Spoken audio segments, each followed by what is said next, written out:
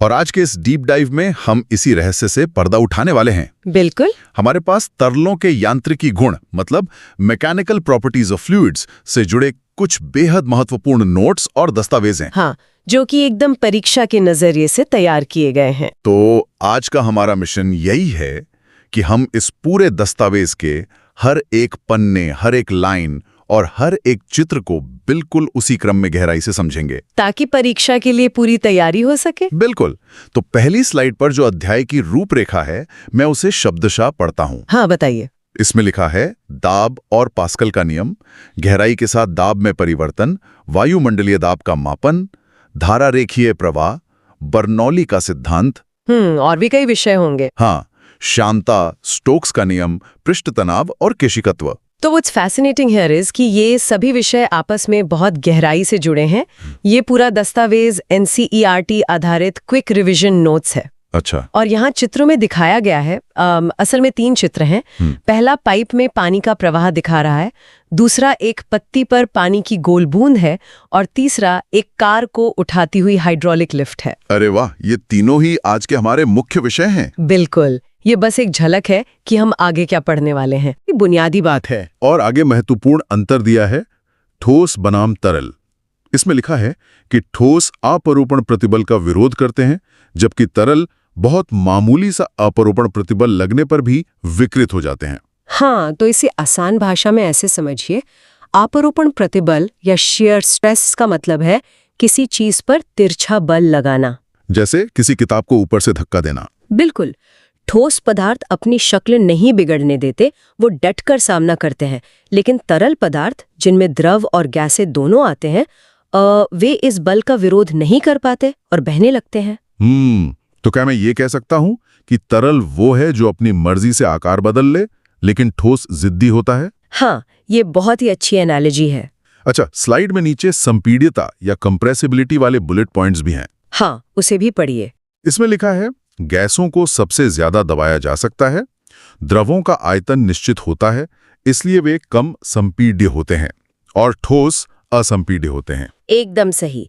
गैसें पूरे बर्तन में फैल जाती हैं तो उन्हें सिकोड़ना आसान है। और यहाँ एक डायग्राम भी है। हाँ, यहाँ चित्र में दिखाया गया है कि ठोस के कण बिल्कुल पास-पास और एक निश्चित आकार में बंधे हैं। हाँ, बिल्कुल सलीके से। जबकि तरल के कण स्वतंत्र रूप से फैले हुए हैं और बर्तन का आकार ले रहे हैं। यही उनकी आजादी है। बहुत खूब।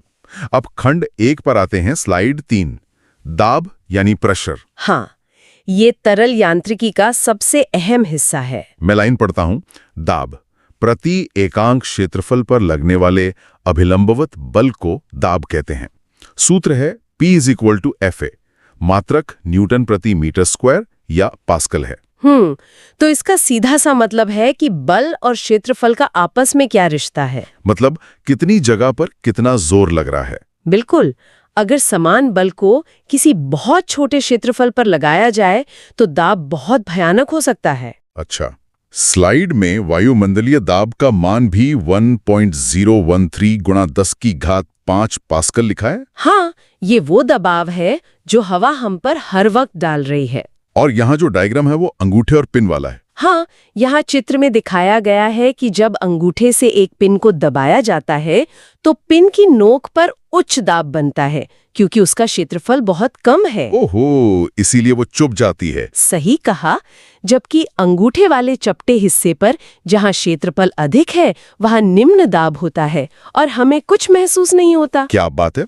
अब स्लाइड 4, घनत्व यानी डेंसिटी। हाँ, पढ़िए। इसमें लिखा है घनत्व द्रव्यमान और आयतन का अनुपात। सूत्र ρ = mv, मात्रक किलोग्राम प्रति मीटर क्यूब। मतलब कितनी जगह में कितना भारीपन भरा है। और आगे आपेक्षिक घनत्व की परिभाषा है, पदार्थ का घनत्व बटे 4 डिग्री सेल्सियस पर जल का घनत्व। और एक टेबल भी है। उस टेबल में क्या मान दिए हैं? जल का घनत्व 1000, पारे का 13600 और वायु का 1.29 लिखा है। और एक बुलेट पॉइंट है कि एल्यूमिनियम का आपेक्षिक घनत्व 2.7 है। तो देखिए, आपेक्षिक घनत्व असल में एक तुलना है पानी के साथ। बिल्कुल। हम किसी भी चीज की तुलना पानी के घनत्व से करते हैं। जब लिखा है कि एल्यूमिनियम का आपेक्षिक घनत्व 2.7 है, तो इसका आसान शब्दों में मतलब है कि एल्यूमिनियम पानी के मुकाबले 2.7 गुना ज्यादा भारी है। समझ गया। अब आते हैं स्लाइड 5 पर, पास्कल का नियम। ये बहुत ही खूबसूरत सिद्धांत है। मैं शब्दशः पढ़ता हूं। बंद बर्तन में तरल पर लगाया गया दाब बिना कम हुए सभी दिशाओं में समान रूप से संचरित होता है। हाइड्रोलिक लिफ्ट का सिद्धांत F2 = F1 गुणा ब्रैकेट में A2 A1। Here's where it gets really interesting कि कैसे एक छोटा सा बल एक पूरी भारी कार को उठा सकता है। ये कैसे मुमकिन है? तो पास्कल का नियम कहता है कि तरल अपने अंदर के दाब को हर जगह बराबर बांट देता है। अच्छा। और यहाँ चित्र में दिखाया गया है, एक यू आकार की नली में तरल भरा है।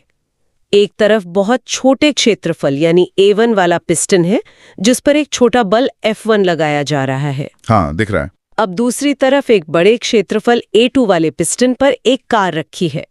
चूंकि तरल दाब को समान रूप से संचरित करता है, तो बड़े क्षेत्रफल के कारण जो ऊपर की ओर बल F2 बनता है, वो इतना विशाल होता है कि कार ऊपर उठ जाती है। कमाल है, मतलब क्षेत्रफल बढ़ाकर हमने बल को बढ़ा लिया। बिल्कुल, यही तो हाइड्रोलिक इंजीनियरिंग है। अब खंड 2 स्लाइड 6 की तरफ बढ़ते हैं। गहराई के साथ दाब में परिवर्तन। हाँ, ये गोताखोरों के लिए बहुत जरूरी है। मैं पढ़ता हूं। कुल दाब P = PA + ρgh।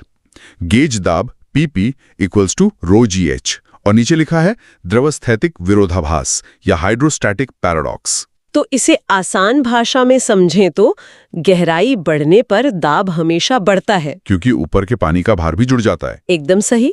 सतह पर जो वायुमंडलीय दाब है, उसमें पानी के स्तंभ का दाब यानी ρgh जुड़ जाता है।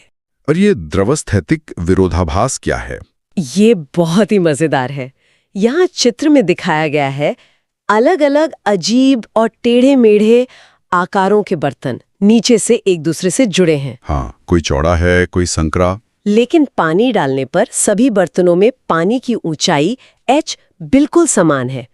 इसका मतलब है कि बर्तन का आकार चाहे जो हो, दाब केवल पानी की ऊंचाई पर निर्भर करता है। मतलब पानी अपना लेवल खुद ढूंढ लेता है। बिल्कुल सही। अब स्लाइड 7 वायुमंडलीय दाब का मापन। हाँ, इसे नापना भी तो जरूरी है। मैं बुलेट पॉइंट्स पढ़ता हूँ। टॉरिसेली का प्रयोग, पारे का बैरोमीटर, और दूसरा है खुली नली मैनोमीटर, जो गैस का गेज दाब मापता है। तो यहाँ चित्र में दिखाया गया है, असल में 2 चित्र हैं। हाँ। पहले चित्र में एक पारे से भरा बर्तन है, जिसमें एक उल्टी नली रखी है। पारे का स्तर 76 सेंटीमीटर पर टिका है। यही 76 सेंटीमीटर का पारे का स्तंभ हमारा वायुमंडलीय दाब है। और दूसरा चित्र मैनोमीटर कहते हैं।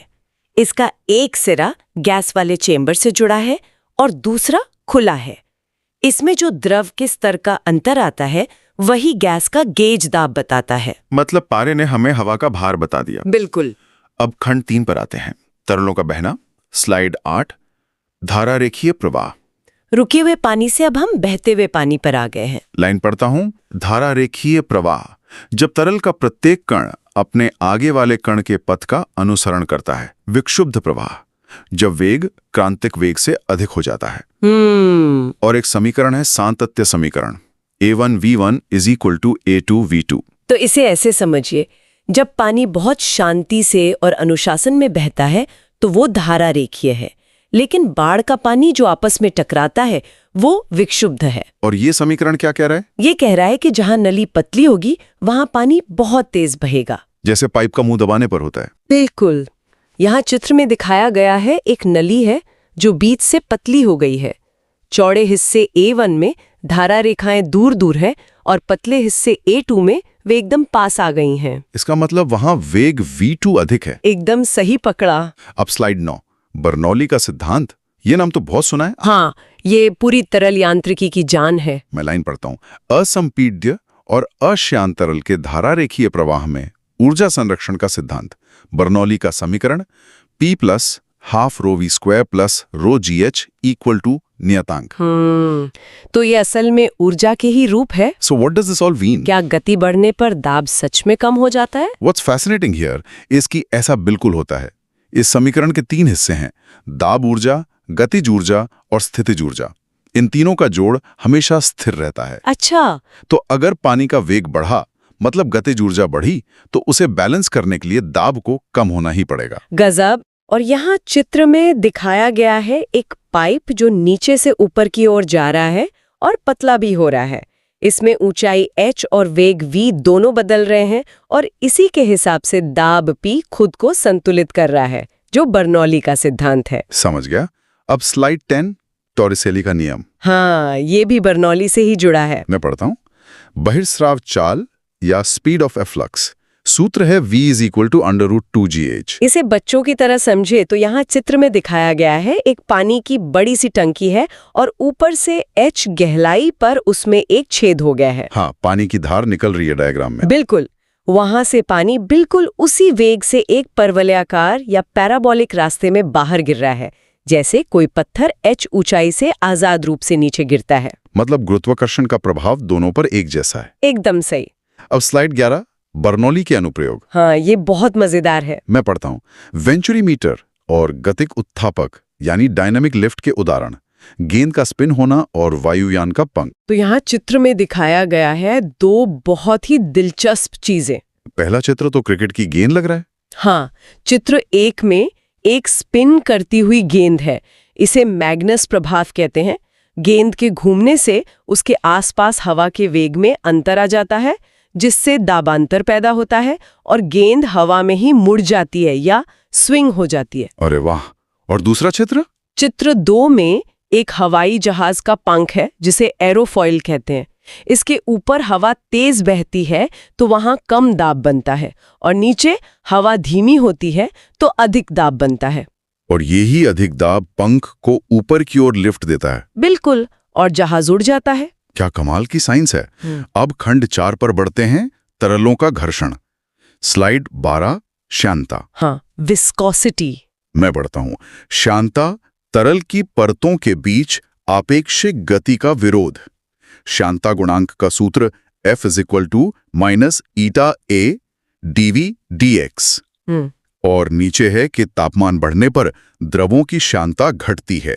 पर एक सवाल है, क्या ये बिल्कुल वैसा ही है जैसे जमीन पर चलने पर घर्षण होता है, वैसे ही पानी की परतों के बीच घर्षण है? हाँ, बिल्कुल, आपने एकदम सही एनालॉजी दी है। तरल एक साथ नहीं बहता, परतों में बहता है। अच्छा। और यहाँ चित्र में दिखाया गया है एक वेग प्रोफाइल। सबसे नीचे की स्थिर सतह के पास तरल की परत बिल्कुल रुकी हुई है। हाँ, डायग्राम में तीर छोटे हैं वहां। और जैसे जैसे हम ऊपर सतह की ओर जाते हैं, परतों का वेग बढ़ता जा रहा है, जिसे लंबे तीर के निशानों से दर्शाया गया है। यही वेग का अंतर श्यानता पैदा करता है। और तापमान वाला पॉइंट? द्रवों को गर्म करने पर वो पतले हो जाते हैं तो श्यानता घट जाती है। जैसे शहद को गर्म करें तो वो आसानी से बहने लगता है। बिल्कुल सही। अब स्लाइड 13, स्टोक का नियम और सीमांत वेग। हाँ, ये बारिश की बूंदों के लिए बहुत अहम है। मैं बुलेट पॉइंट्स पढ़ता हूं।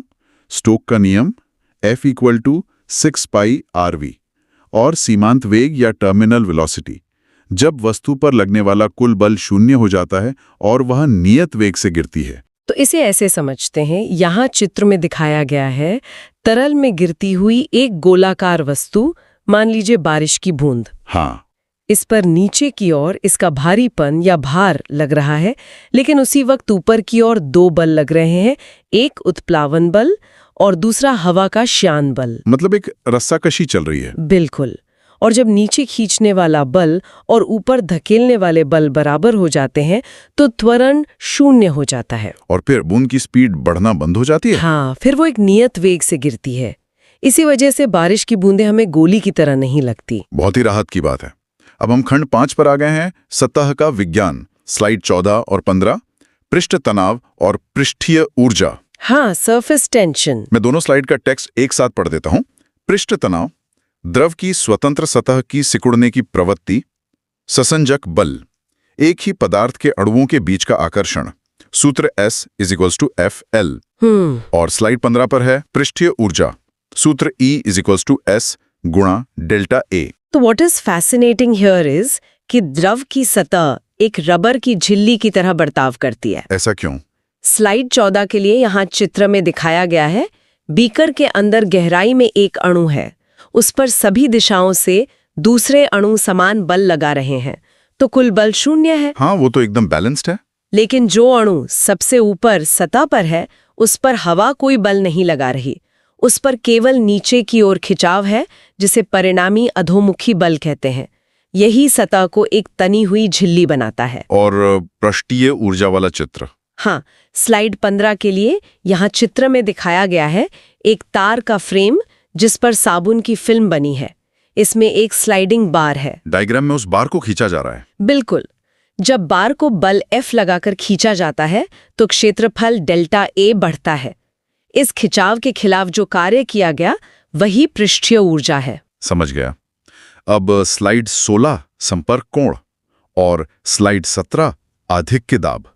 मैं पढ़ता हूं न्यून कोण, जब द्रव ठोस को भिगोता है जैसे कांच और पानी। अधिक कोण, जब द्रव नहीं भिगोता जैसे कांच और पारा। हाँ, और स्लाइड 17 के सूत्र हैं द्रव की बूंद के लिए आधिक्य दाब 2SR और साबुन के बुलबुले के लिए 4SR। तो इसे चित्रों से समझते हैं। स्लाइड 16 के लिए यहाँ चित्र में दिखाया गया है पानी की बूंद कांच पर पूरी तरह फैल गई है। हाँ, यहाँ कोण 90 डिग्री से कम यानी न्यून कोण है। बिल्कुल, जबकि पारे की बूंद एकदम गोल ही रहती है क्योंकि वहाँ कोण 90 डिग्री से ज्यादा यानी अधिक कोण है। और आधिक्य दाब वाला डायग्राम स्लाइड 17 के लिए यहाँ चित्र में दिखाया गया है तरल की बूंद और साबुन के बुलबुले का क्रॉस सेक्शन। इसमें कुछ तीर बने हैं। हाँ, लाल तीर अंदर के उच्च दाब यानी PI को दिखा रहे हैं और नीले तीर बाहर के निम्न दाब PO को। वक्र पृष्ठ के कारण हमेशा अंदर का दाब अधिक होता है और साबुन के बुलबुले में 2 सतहें होती हैं, इसलिए उसमें ये दाब दुगना यानी 4SR होता है। क्या बात है। अब स्लाइड 18 केशिकत्व और स्लाइड 19 अपमार्जक। हाँ, कैपिलैरिटी और डिटर्जेंट्स। मैं पढ़ता हूं केशिकत्व, केश नली में द्रव के ऊपर चढ़ने या नीचे गिरने की घटना। सूत्र H = 2S cos θ rho gr। और स्लाइड 19 पर दैनिक जीवन के उदाहरण हैं। साबुन या डिटर्जेंट पृष्ठ तनाव कम करते हैं जिससे कपड़े साफ होते हैं। तो स्लाइड 18 के लिए यहाँ चित्र में दिखाया गया है एक बीकर में बहुत पतली नली यानी केश नली रखी है और पानी उसमें अपने आप ऊपर चढ़ गया है। हाँ, H ऊंचाई तक। नली जितनी पतली होगी पानी उतना ही अधिक ऊपर जाएगा। पेड़ पौधों में पानी जड़ों से ऐसे ही चढ़ता है। और स्लाइड 19 वाला चित्र तो बहुत ही जाना पहचाना है। हाँ, यहाँ चित्र में दिखाया गया है एक पेंट ब्रश पानी के अंदर है तो उसके बाल फैले हुए हैं, लेकिन बाहर निकालते ही चिपक गए। बिल्कुल, क्योंकि जैसे ही उसे बाहर निकाला जाता है पृष्ठ तनाव के कारण पानी की परत सिकुड़ती है और ब्रश के बाल आपस में चिपक जाते हैं। कमाल है। अमन एकदम आउटरो पर आ गए हैं। स्लाइड 20 महत्वपूर्ण सूत्र की एग्जाम शीट। हाँ, ये रिवीजन के लिए सबसे जरूरी पन्ना है। मैं एक ही सांस में सारे सूत्र पढ़ देता हूं। दाब P = FA, सांतत्य A1V1 = A2V2, Bernoulli P + आधा ρ V² + ρ GH = कांस्टेंट, मेरा मतलब है नियतांक। हाँ, Torricelli V = √2GH, Stokes F = 6 π RV, आधिक्य दाब 2SR और बुलबुले के लिए 4SR, और आखिर में केशिकत्व H = 2S cos θ rho gr। तो परीक्षा देने वाले छात्रों के लिए मेरी सलाह है कि संख्यात्मक प्रश्न यानी न्यूमेरिकल हल करने के लिए ये पेज सबसे महत्वपूर्ण है। इसे एकदम रट लें। बिल्कुल। और अब आखिरी स्लाइड 21, अभ्यास ही सफलता की कुंजी है। हाँ, इसमें लिखा है NCERT के उदाहरण हल करें और अभ्यास प्रश्न पूरे करें। और यहाँ चित्र में दिखाया गया है एक रॉकेट जो तेजी से ऊपर उड़ रहा है। मतलब अभ्यास करेंगे तो नंबर भी ऐसे ही उड़ान भरेंगे। बिल्कुल, ये चित्र यही दर्शाता है कि सही अभ्यास से परीक्षा में आपके अंक भी आसमान छुएंगे। तो इसी के साथ हमारा ये PDF पूरा कवर हो गया। हमने हर लाइन हर सूत्र को समझ लिया है। हाँ, और आखिरी में श्रोताओं के लिए मैं एक विचार छोड़ना चाहूंगी। हमने देखा कि तरल का व्यवहार कितनी गहराई से भौतिक नियमों पर निर्भर करता है। दोस्तों, हमारे पास NCERT की साइंस की नोट्स क्लास 6 से लेकर क्लास 12 तक पूरी तरह उपलब्ध है। आप इन सभी PDF नोट्स का प्रिंट आउट भी निकलवा सकते हैं और ये सभी सामग्री बहुत ही कम कीमत में प्रदान की जा रही है। आपको यह भी मालूम होना चाहिए कि लगभग सभी प्रतियोगी और स्कूल स्तर की परीक्षाओं में पूछे जाने वाले प्रश्न NCERT से ही आते हैं, इसलिए यह सामग्री आपके लिए बेहद उपयोगी साबित होगी। अगर आप ये NCERT साइंस PDF लेना चाहते हैं तो अभी हमें WhatsApp पर मैसेज करें। व्हाट्सएप नंबर 7739541921 आपकी तैयारी को मजबूत बनाने के लिए हम हमेशा आपके साथ हैं। अगर आपको यह वीडियो पसंद आए तो कृपया लाइक करें। जो लोग अभी तक चैनल को सब्सक्राइब नहीं किए हैं वे जरूर सब्सक्राइब करें। नीचे कमेंट बॉक्स में अपना फीडबैक अवश्य दें।